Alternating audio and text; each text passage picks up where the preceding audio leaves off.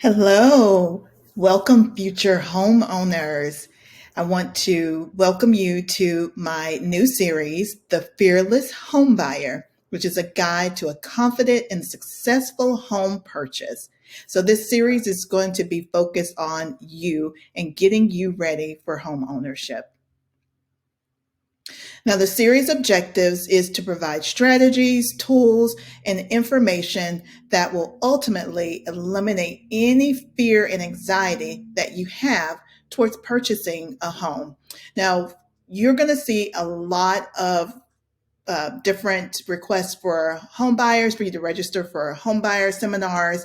And quite frankly, they can be very overwhelming, full of information, and you can still leave those homebuyer seminars with a lot of questions. This series is going to focus on just making sure that I give you the information that you need to eliminate that fear and anxiety, because we want to make sure that you at least want to move forward. We don't want you hesitating because you still have so many questions. And so there's going to be 4 parts to this series. It's going to be on my YouTube page, so make sure that you are checking in every week, because I will be posting these once a week until we get to part 4. So it's going to be 4 parts. Budget prep is part 1, which is what we'll talk about today. The next will be the credit profile prep. Then we'll move into lender financing overview. And then lastly, we will go through the entire process, the fun part, from the home search all the way to closing. Now you see my face, so I want to just introduce myself. My name is Gia Felder. I'm a realtor associate broker here in the metro Atlanta area in Georgia. I focus mainly on outside the perimeter. So if you're familiar with Georgia and Atlanta, you know that 285 surrounds Atlanta proper. So I focus on the area outside of that. So a little bit about me is I've been in real estate since 2018. I am a Georgia peach. I have been born and raised in South Georgia. I'm passionate about generational wealth. So it's nothing profound, only that I want to make sure that I'm part of the group that is introducing anyone and everyone to the idea of building wealth through real estate, at least at the very minimum, purchasing your home. Because purchasing your home, even if it may be your forever home, it's still a huge investment that you can pass on to the next generation. And the last few things I wanted to let you know about is I love to travel, love to read, I love to watch movies. I'm an action girl, and I do self-proclaim that I'm a foodie. So I love to go and take trips to some of the local restaurants around here and trying them out. So let's get started. We're going to focus now on budget prep.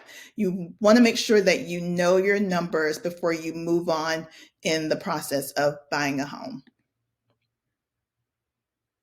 So you need to make sure that you're changing your mindset about your money, your income, your finances. What I find is that a lot of people, when they're working and they're getting their paychecks, they're not setting a precedence of where their money should be going and what their money should be doing. And so you hear a lot that people are living paycheck to paycheck. Well, that may not always need to be the case. And so what I want to share with you is a few quotes. You'll see all of them here, but I want to focus on a couple of them. John C. Maxwell once said that a budget is telling your money where to go instead of wondering where it went. And that's really the basis of this particular seminar today. Dave Ramsey mentioned that a budget isn't about restricting what you can spend. It gives you permission to spend without guilt or regret. And so you want to purchase a home, so you don't want to feel guilty about it. You don't want to regret it, because now you're going to be able to build that budget and know where your money is.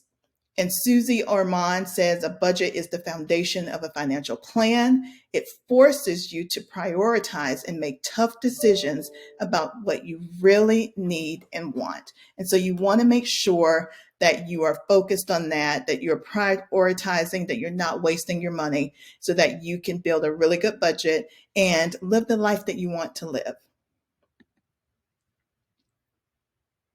So this is not going to be a really complicated seminar today. It's really just getting the obvious information out to you, but also giving you a unique little tip on creating your budget that I think you will find very, very handy.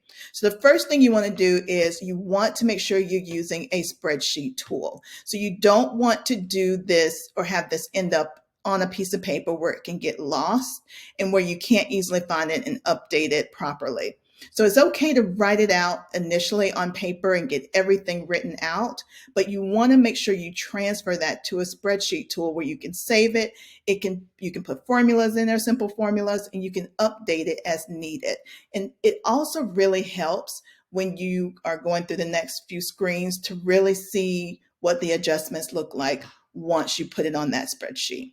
If you don't know how to use a computer, you don't know how to use Microsoft Excel or even Google Sheets, make sure you just ask someone to help you to get it on there.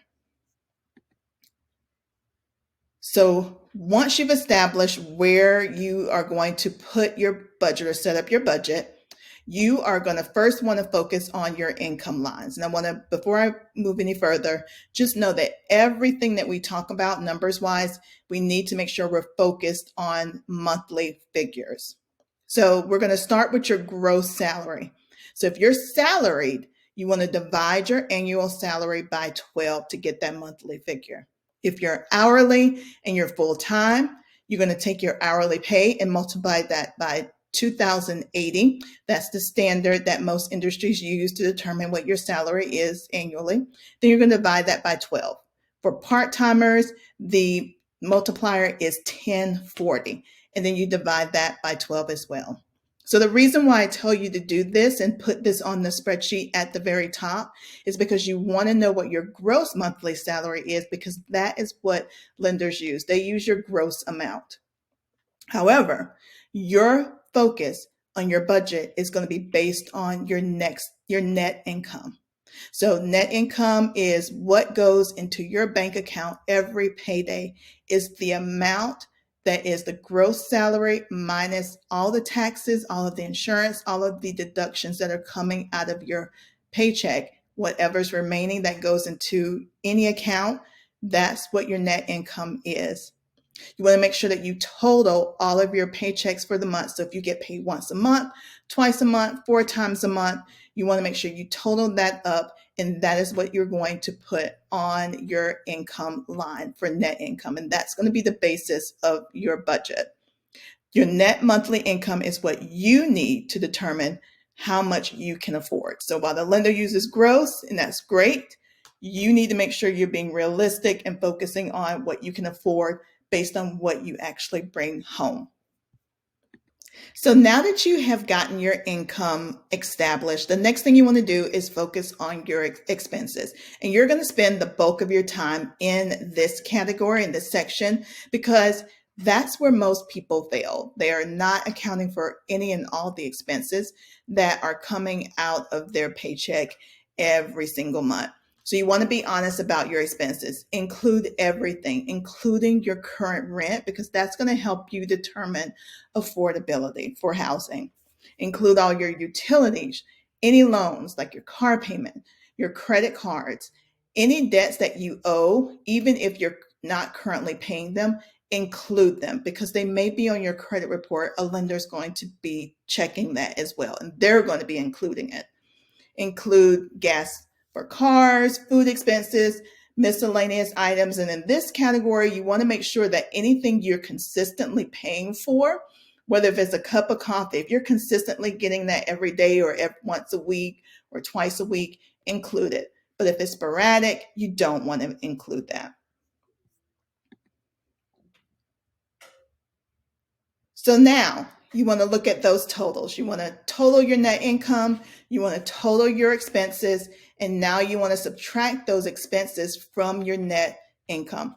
What do you see? Do you have any extra money? If you have extra money, then tell me, do you have a line for savings? If you don't, you need to add that line, whatever extra amount that you're showing, add it there. Are you in the negative? So if you're in the negative, that's definitely not a good thing. So you definitely need to now take a look at your expenses, see where you can cut any expenses out to put it back into your pocket. Or if you find that you have exhausted that exercise and there's nothing else and you may still be in the negative, now is the time that you need to focus on increasing your income. Do you have a side hustle, or is there opportunity for promotion, or an opportunity for you to find another position somewhere where you qualify for that you can earn extra income? You see what a budget does? It really helps you to strategize your life and your finances.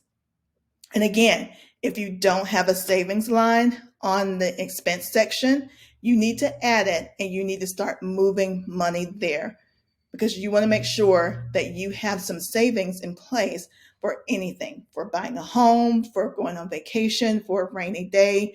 You want to make sure you have that. So this is why I did this particular seminar here. And I'm sorry, I have a lot of information on this page. But if you look at this icon here, you're going to see this is why I have you do this exercise. You want to have a zero-based budget. Why? This goes back to the quotes that we talked about at the very beginning of this presentation. You want to make sure you know where your money is going. All your money needs to be accounted for. Nothing should be left over wondering what to do with it. And so that's why I say if you have a saving, if you don't have that savings line, put it in there. You want to make sure that your expenses, when you subtract them from your income, it ends at zero. If you have anything left over, find a place for it. It could mean you can now go out more, or it could be now you can save more, or maybe now you can reduce some debt if you see something, but make sure that it is going somewhere. So everything has a place. Another thing is, again, making sure your finances are really working for you. Now you can take this and put everything in its place. So you may want to put a separate account for just your rent and your utilities. You want to do another account for your gas, your car insurance, your food, and then you may want to have another checking account that's just for you to spend whatever, your miscellaneous account. This is really going to help you to manage your money, and you're going to find that you can potentially no longer live paycheck to paycheck because you know where your money's going and you can strategically place it in the right place. So definitely make sure you create a zero-based budget. And so now that you've done all that, the fear of how much you can afford is now eliminated. Now, isn't that great? Even better, you have a game plan for your income, and now you know where all of your money is going. And so as we move to the next part of the series, we're just building and getting you prepared for applying for a mortgage and making you feel so much better about what your position is before you even get to that lender. So part 2, we're talking about the credit profile. Make sure you like and subscribe so that you can get notifications on when the next video is posted. I hope that you enjoy this. I hope that you like this. Let me know in the comments. I will also have contact information. So if you are actually ready to go, I have a 15-minute consultation that you can book, or if you have already been pre-approved and you're ready to get started in your home search, you can book the 30-minute consultation so that we can get started. Have a wonderful day. Thanks for watching.